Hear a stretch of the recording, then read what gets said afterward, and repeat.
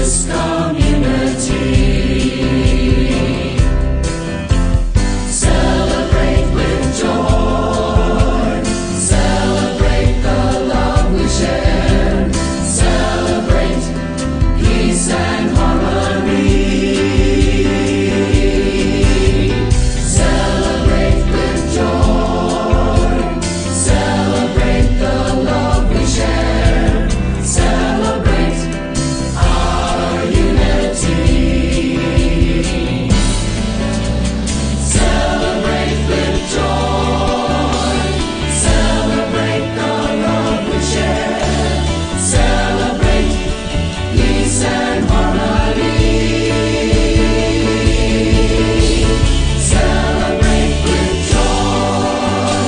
Celebrate the love we share. Celebrate our unity. Celebrate our unity. Celebrate our unity.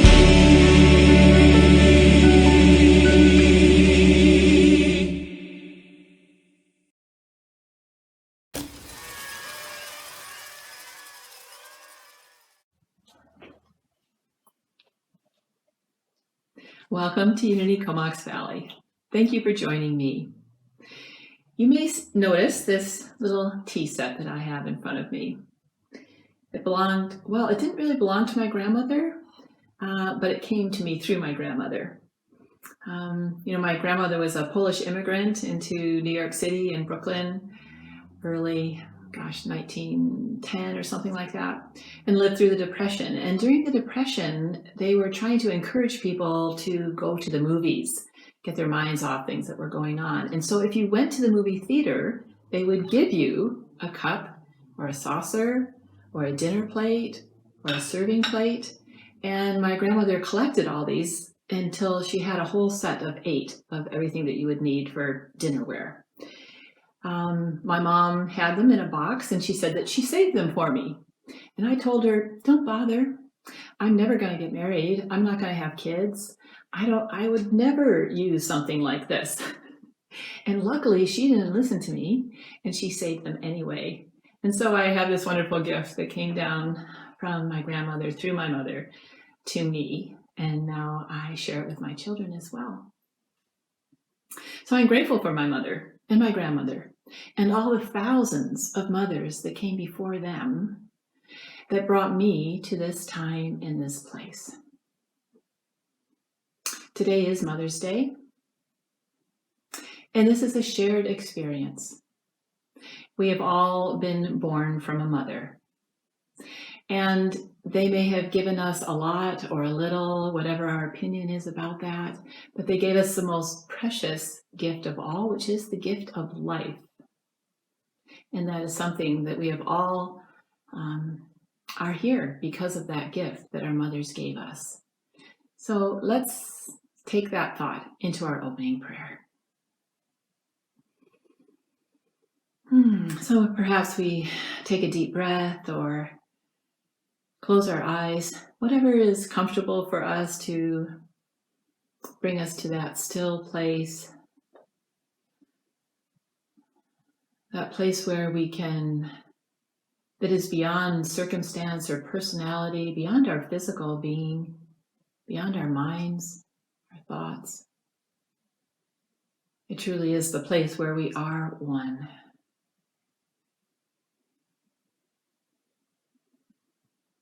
And one of the aspects of this oneness is divine life that we are all experiencing and enjoying at this very moment. Perhaps if we're very still, we can feel the expressions of that divine life. We can feel our heart beating. We can certainly feel the breath coming into and leaving the body.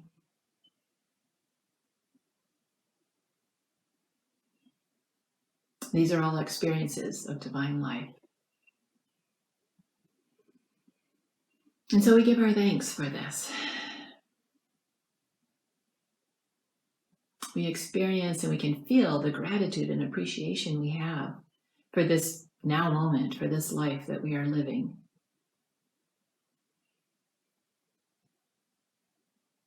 We are expressions of divine life.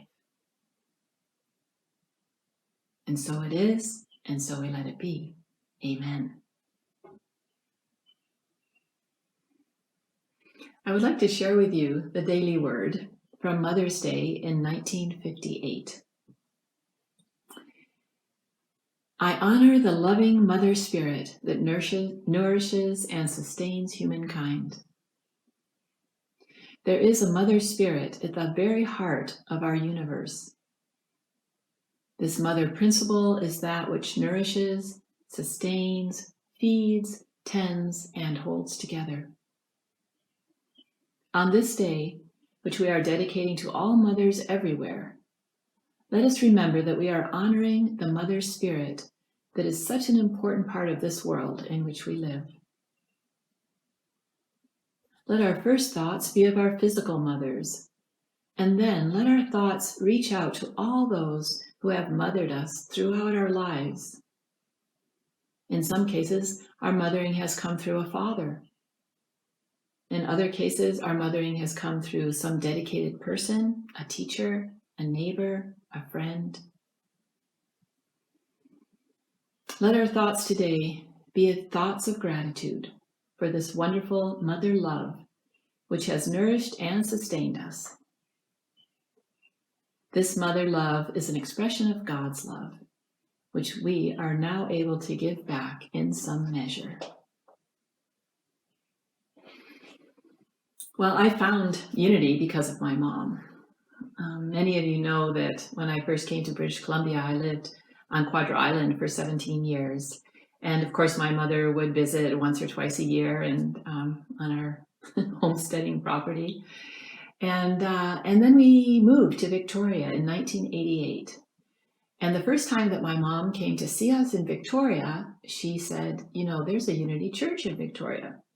Now, I knew that she had gotten involved in Unity. I kind of heard it on the periphery of our conversations. I was definitely not interested at all in anything spiritual or religious.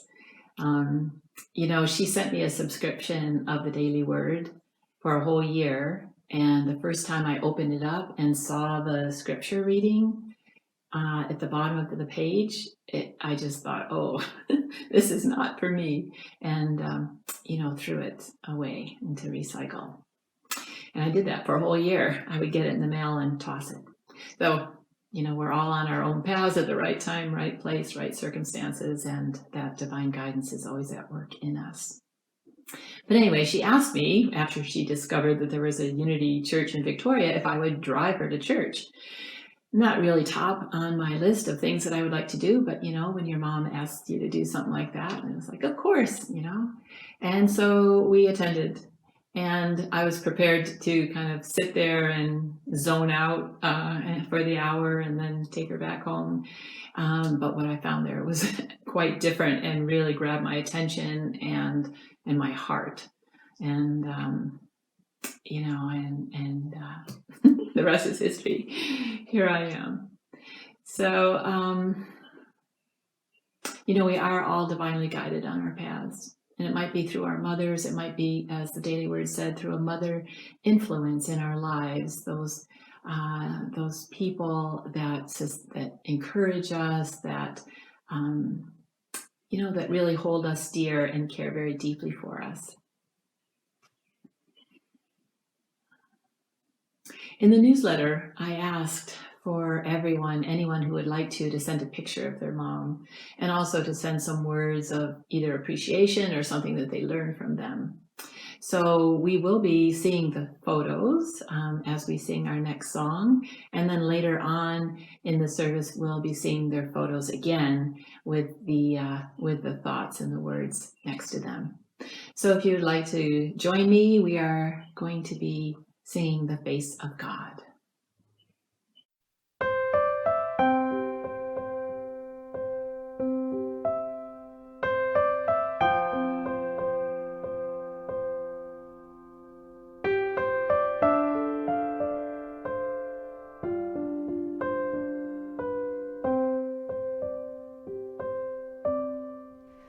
You are the face of God. I hold you in my heart. You are a part of me.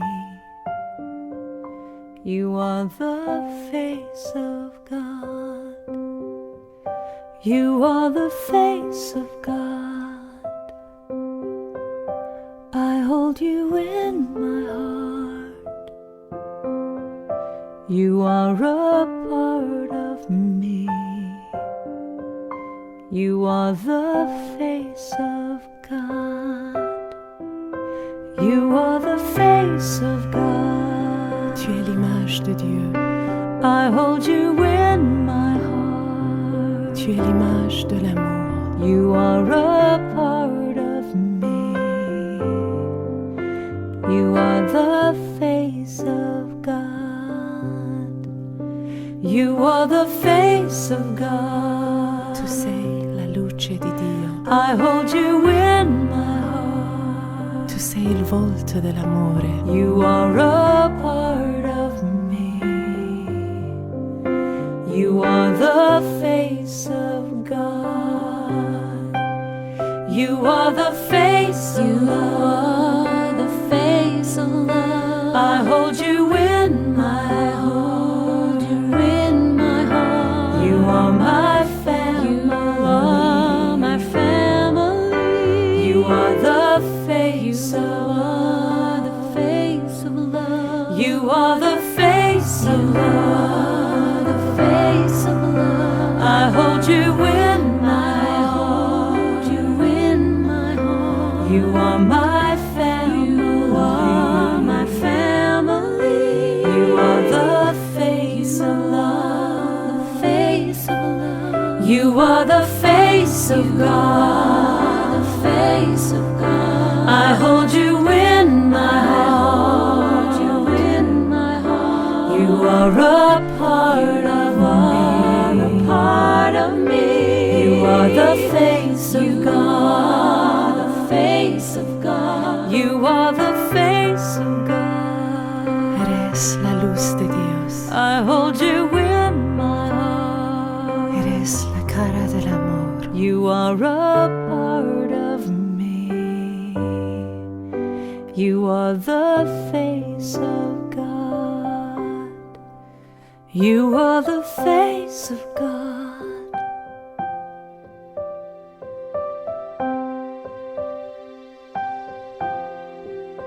You are the face of God.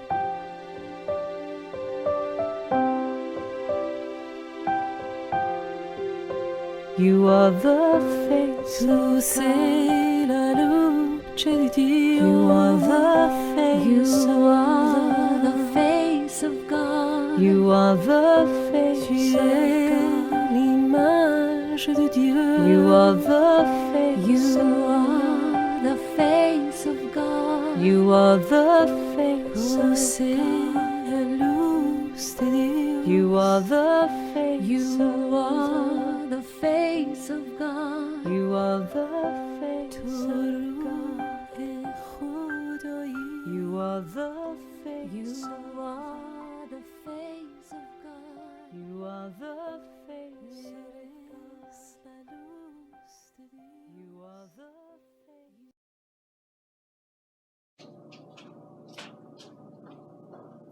As I was preparing for today, I was thinking about some of the qualities that are often associated with mothers. And the one that came to my mind was resourcefulness. Many of our parents grew up during the Depression, which profoundly impacted their attitudes and beliefs toward life as well as their behavior. And I remember my mom saying, I could make a half a pound of, beef, half a pound of hamburger last the entire week. And she said this with great pride about how she could provide for her family with very, very little. So, what about us? What do we have? Where do we show our resourcefulness right now in these times? Are we making the most of what we have, the way our parents did? So let's start with, what do we have?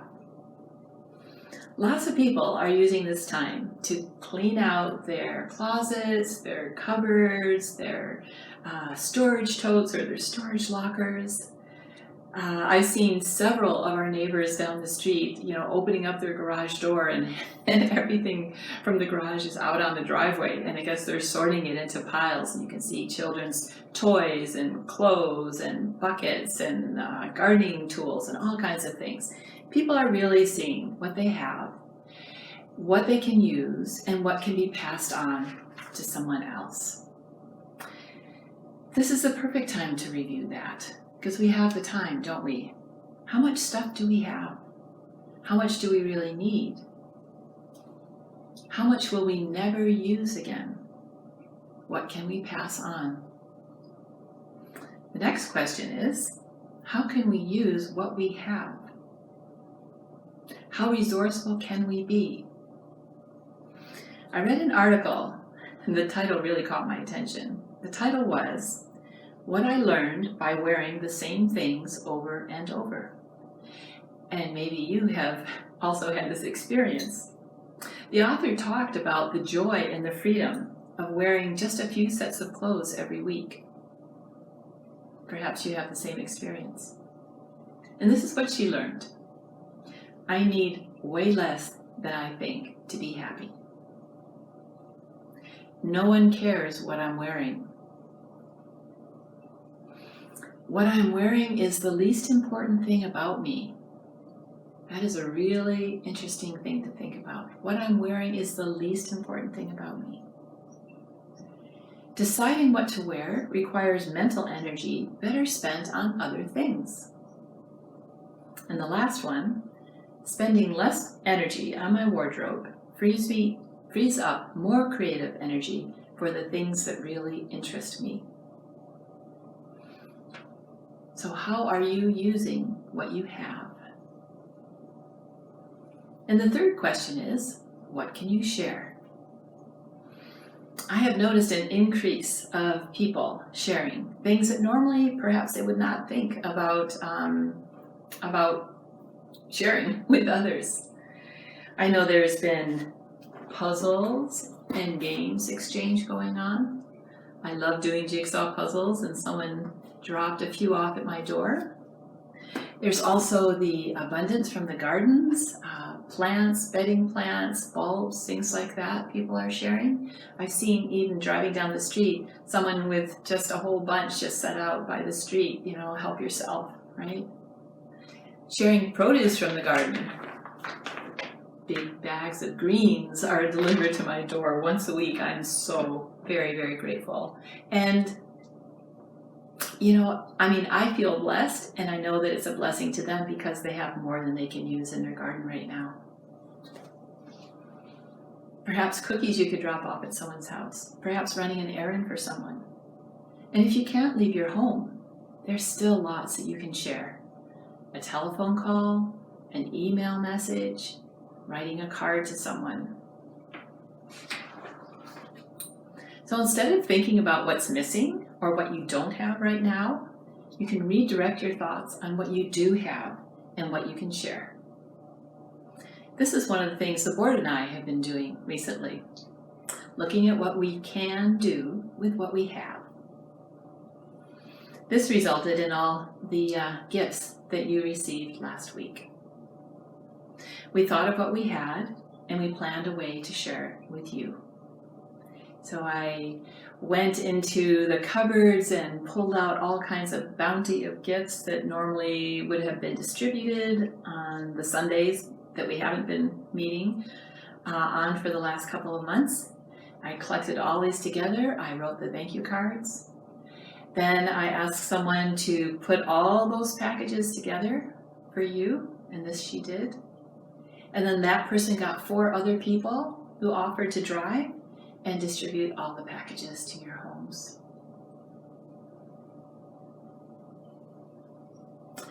Everyone was blessed with a gift. So let's practice resourcefulness. Let's look at what we have, how we're using it, and what we can share. Aaliyah McCarroll says, "My mom's advice for me was to be happy.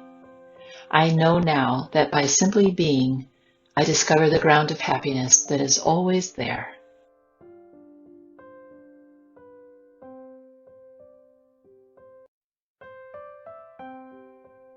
Anne Barron says this, "I'm grateful to have grown up surrounded by music. My mom loved to sing and sang around the house all the time."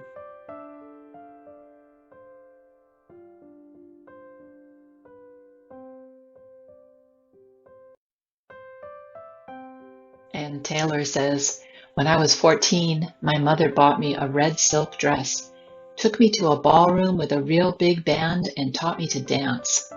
It was magical. And no matter how hard my life was at times, like her, I danced my way through it." Bev Howden says, "We didn't have much, but it was important to share. Brings back memories of how special it was to occasionally get a half an orange. The other was, I don't believe in pushing children." Carol Muirhead says this, "One of my mother's rules was not to tell lies. She impressed this on me when I was a youngster, and I clearly recall her saying to me, 'Not only is it wrong to lie, but if you lie about anything, you'll need to remember that lie in order not to be caught out about it later. And you will surely need to lie again and again and on, creating a spider's web of lies.' Her explanation worked.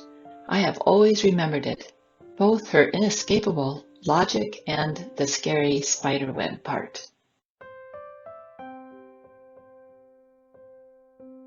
Catherine Peters says this, "My mom valued education and the importance of being an independent thinker and to stand up for your beliefs.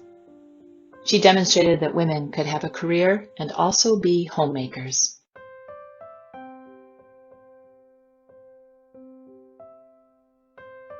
Catherine Robinson says, "This mom belongs to Dennis too."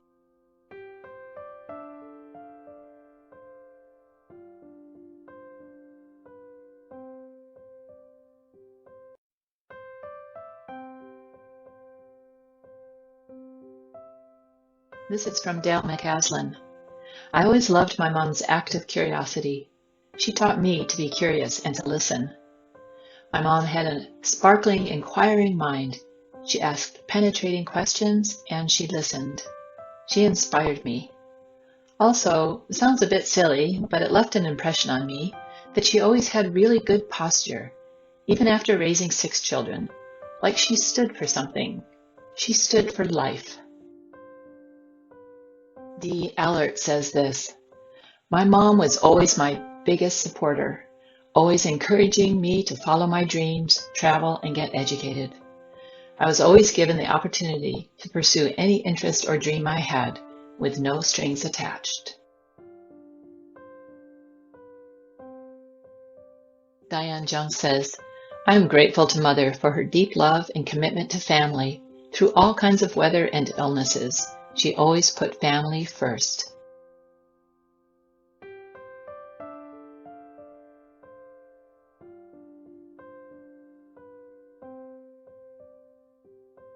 Elaine Stupendic says this, "The words I would like to use to refer to my mother are, be true to yourself and stand up and be counted, no matter who agrees with you or not."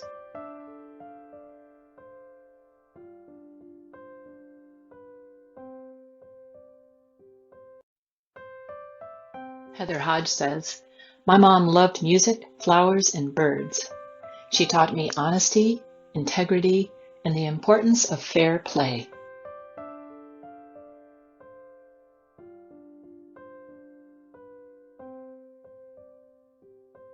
Joseph Carney remembers his mother's advice, always be the first to forgive.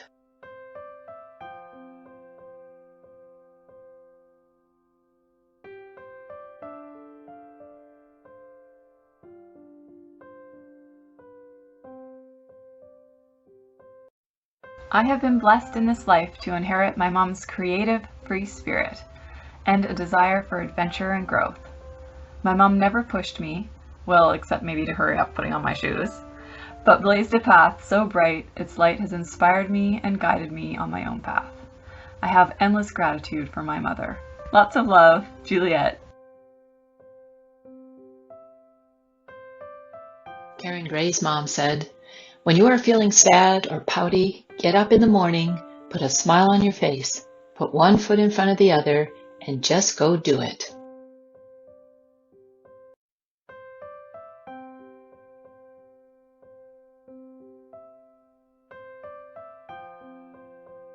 Loretta Semple says, "Even though she had 10 children to raise, my mother always managed to make each of us feel special."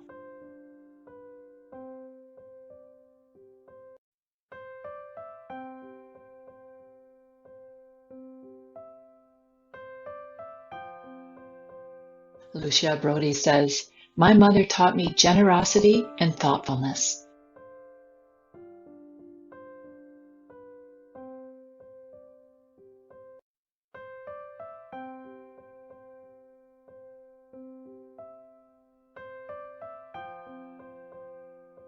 Pat Clarkson says, "In this picture, I am 1 and Mom is 22. The gift my mom gave to me was that each of us is free to find our own spiritual path, that the one I choose will be the right one for me."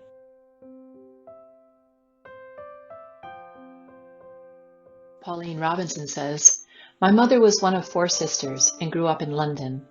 She apprenticed at a court dressmaker's and made beautiful clothes. She also played the piano and was quite artistic. One of the many things she taught me was how to sew and make my own clothes." Renee Delisle says, "My mother taught me how to care for the flowers in the garden, how to grow food, and how to count the pennies. Spiritually, she portrayed someone who was forgiving, super kind, sharing, and deeply into her faith and her children." From Seneca Holmstrom, "My mother had so many qualities I loved. Her ability to laugh at everything, especially at herself when we teased her, which was often. Her frugal nature, she often said she stretched every penny oval before it left her purse, but when she gave, it was always generously. Her love of family, gardening, animals. She threw herself into every endeavor with gusto. She loved and was loved." My brother Stephen read the newsletter and sent a picture as well. And he says, "In this picture, my mom is about 16 years old.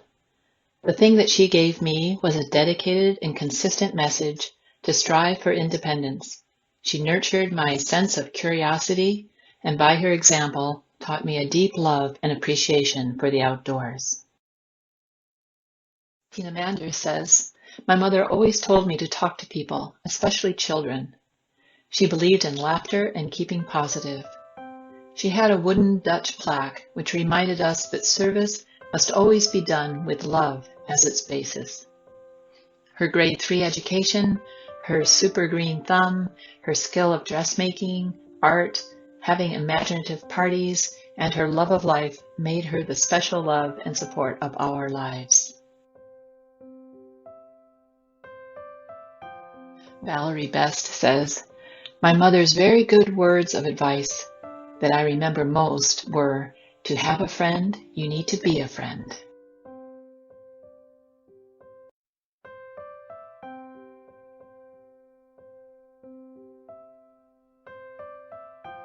I'm speaking now about my mom.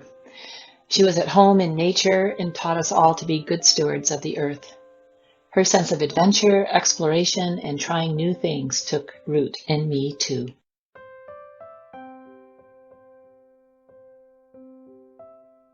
It is my great joy to perceive somewhat of the mother side of God, the divine love that never fails and that is equal to the drawing of souls to itself. It is my prayer to be able to radiate the qualities of this divine love to all. You too are the mother of unity, because in your heart you have the same ideals and the same great generous spirit and the endless and tireless service and the love that never fails. The Mother of Unity is the Universal Mother.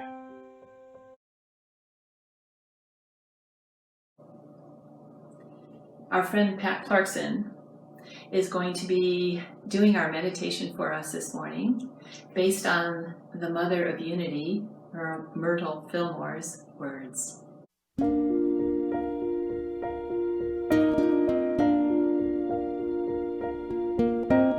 God is life and I am life. God is life and I am life. God is light and I am light. God is light and I am light. God is joy and I am joy. God is joy and I am joy. God is love and I am love. God is love and I am love. God is peace and I am peace. God is peace and I am peace. God is beauty and I am beauty. God is beauty and I am beauty. God is power and I am power. God is power and I am power. God is good, yes, God is good. God is good, yes, God is all these things. God is all these things I am. All these things God is. All these things I am. All these things God is. All these things I am. All these things God is. All these things I am. God is good.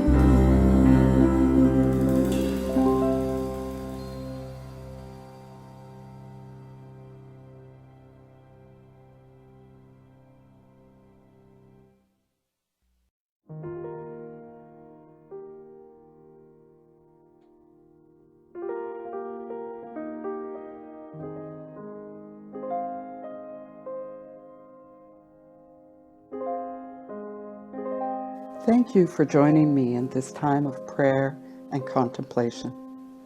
Even now, when our lives are less busy, it is still important to dedicate a period of time to prayerful contemplation every day.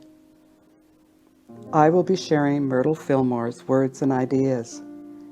She was able, by redirecting her thoughts from lack to love, to shift the physical conditions in her body. I will be using her words. Let's remember that her languaging is a reflection of the time in which she lived. I invite you now to take a comfortable position.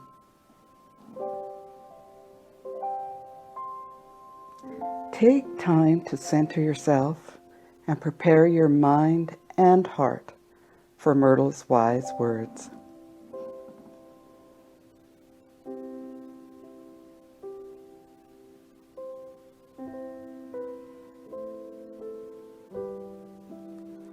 Myrtle says, think of your organism as being the pure life and substance of spirit made manifest.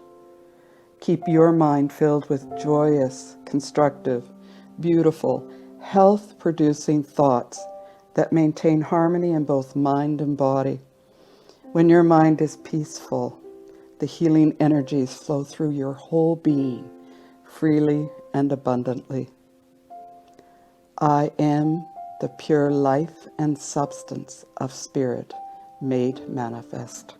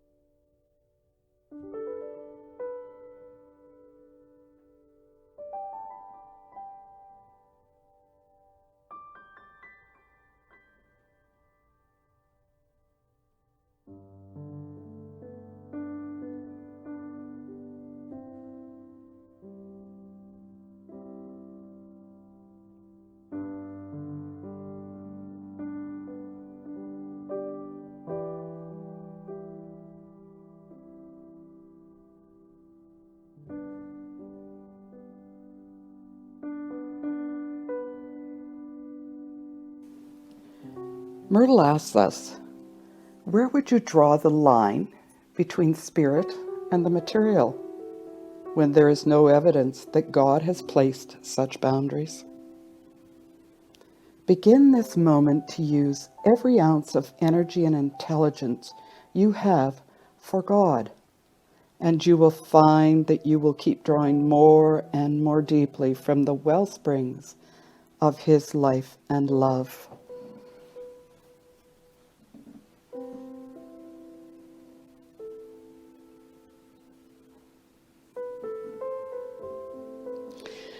The body is like a child. It needs constant prompting and training and discipline and praise and appreciation. Your body needs your attention, your love, your training. Look at that wonderful body temple.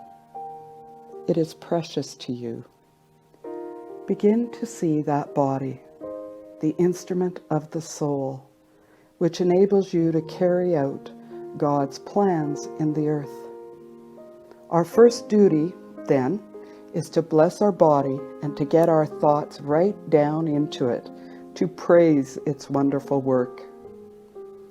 I bless my body and praise its wonderful work.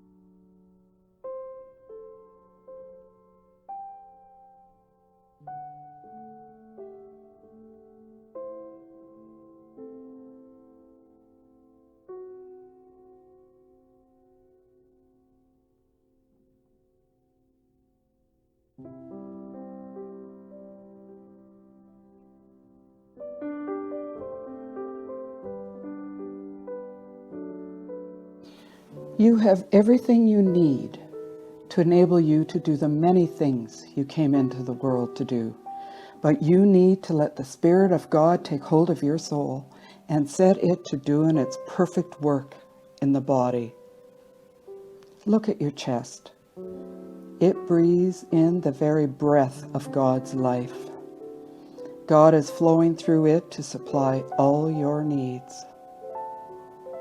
Look at your limbs and feet. God has created them to enable you to walk on the earth and to move about freely.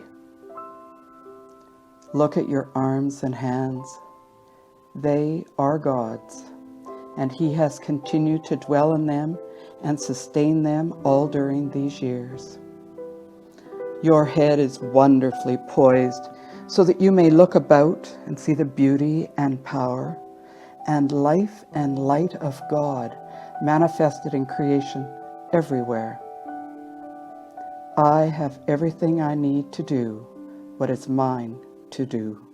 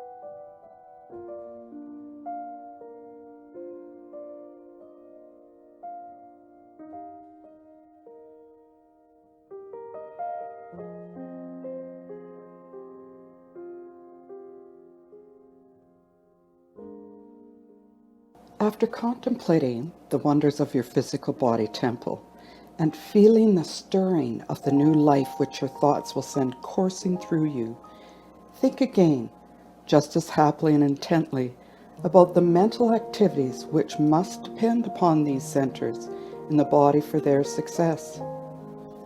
Everything in God's world is working toward perfection.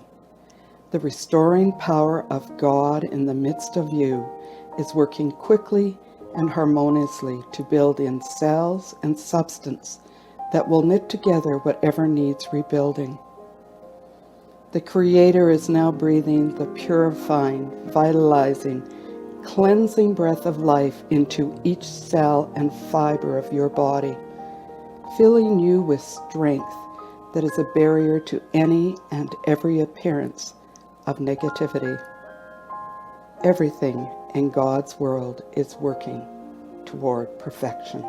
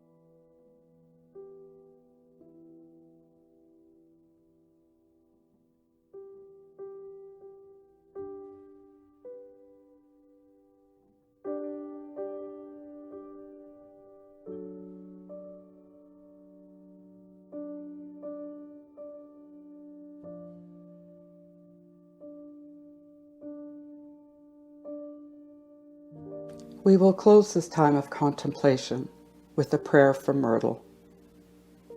God in me is the light, the life, the substance, the power, omnipresent, ever active, all-sufficient, and ready to meet my every need, and to restore and keep me in the divine order and harmony which He has created. I now relax and become receptive to new ideas and the spiritual direction of all that pertains to my life.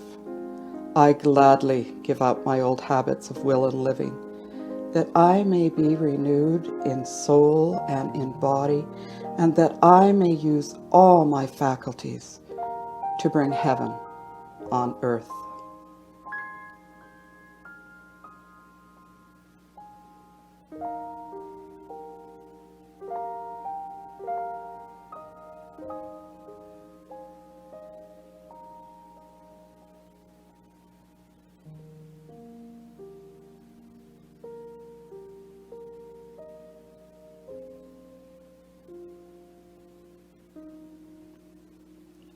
We will end with the following statement from Myrtle.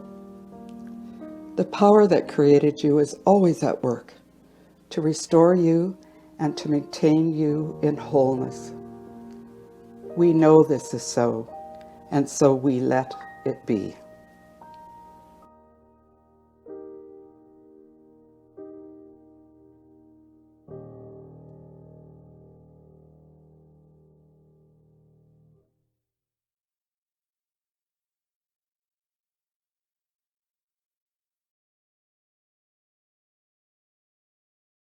God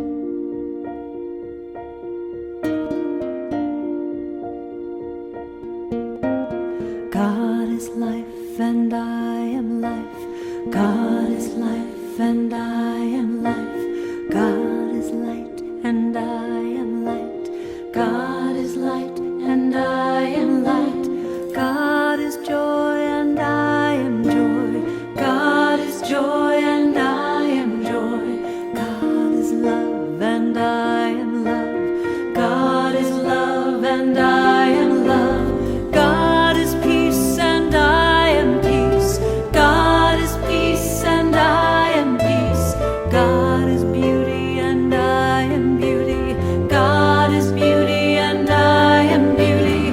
God is power and I am power. God is power and I am power.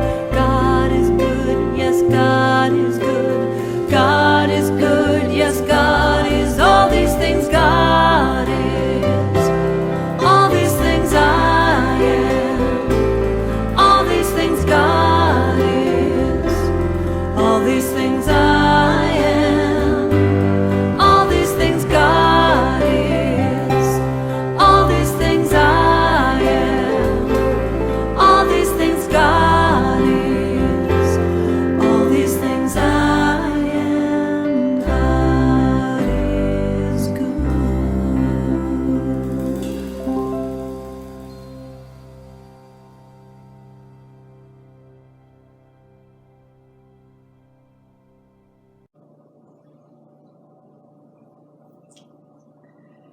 It was so lovely to hear Pat's voice, wasn't it? As well as Myrtle's thoughts. Next week at this time, I'll be sharing some thoughts for the day. So if you have one, a poem, a little inspirational message, or just a personal message, please send it to info@unitycomoxvalley.com. We know we have experienced many blessings this past week. A smile, a wave, an email, perhaps someone dropped something off at your door. So I would like to invite you to bring those to mind right now, to hold those in your heart. For those of you who have given donations to Unity, thank you so very, very much. We are in the flow of giving and receiving, and we know that every gift we give blesses us 10 times over.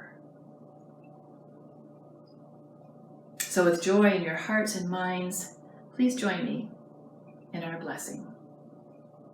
Divine love, through me, blesses and multiplies all that I have, all that I give, and all that I receive.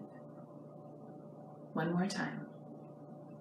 Divine love, through me, blesses and multiplies all that I have, all that I give, and all that I receive.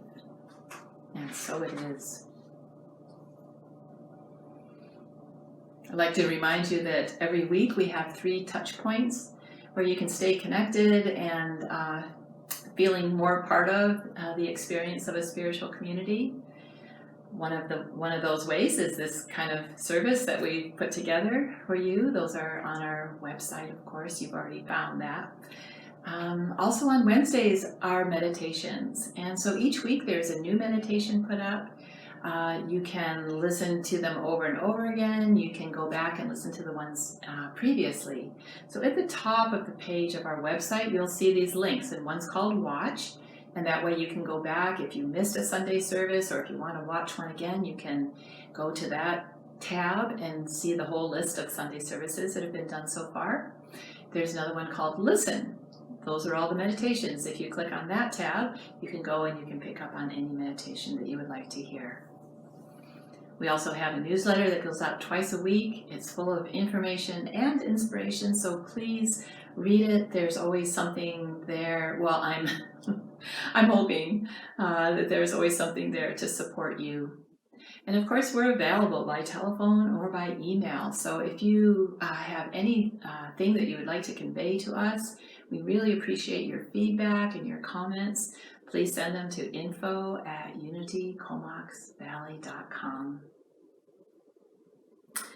So I'd like you now to imagine that we're moving into our closing circle. There's always a lot of kind of kerfuffle as everybody gets up from their chairs and slowly makes their way around to join hands, and little conversations that are going on. I'm sure you can hear that and see that in your mind's eye. And as we're doing that, as you're imagining that, I'd like to read to you a letter that we got from our friends at Unity Nigeria. And this is what it says. At Unity Center of Abundance Church, we are praying for your healing and wholeness, protection and deliverance from the elements that challenge the world. May you be safe and secure and at peace in these challenging times. May you experience the inexhaustible abundance of God. We are continuously thanking God for the gift of nurturing love that you are blessed with. Each of you is truly a divine mother, worthy of God's blessings. Happy Mother's Day, Reverend Agbai. So let's come into our time of our closing prayer. And perhaps we can see in our mind's eye our friends, our beloved community standing around the circle. Often this is a time when we exchange a smile or a wink or a hand squeeze.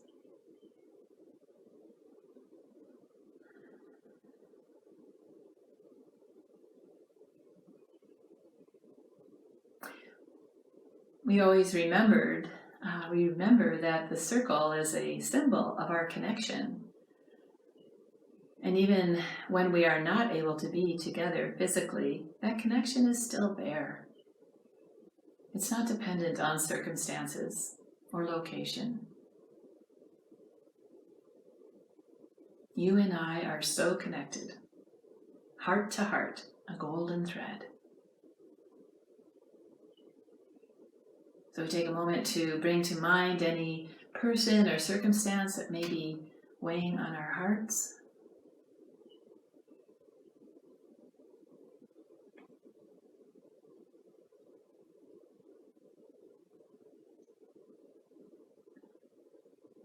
We bring it up into the light, into the truth, into the power, into the love of the one presence and the one activity.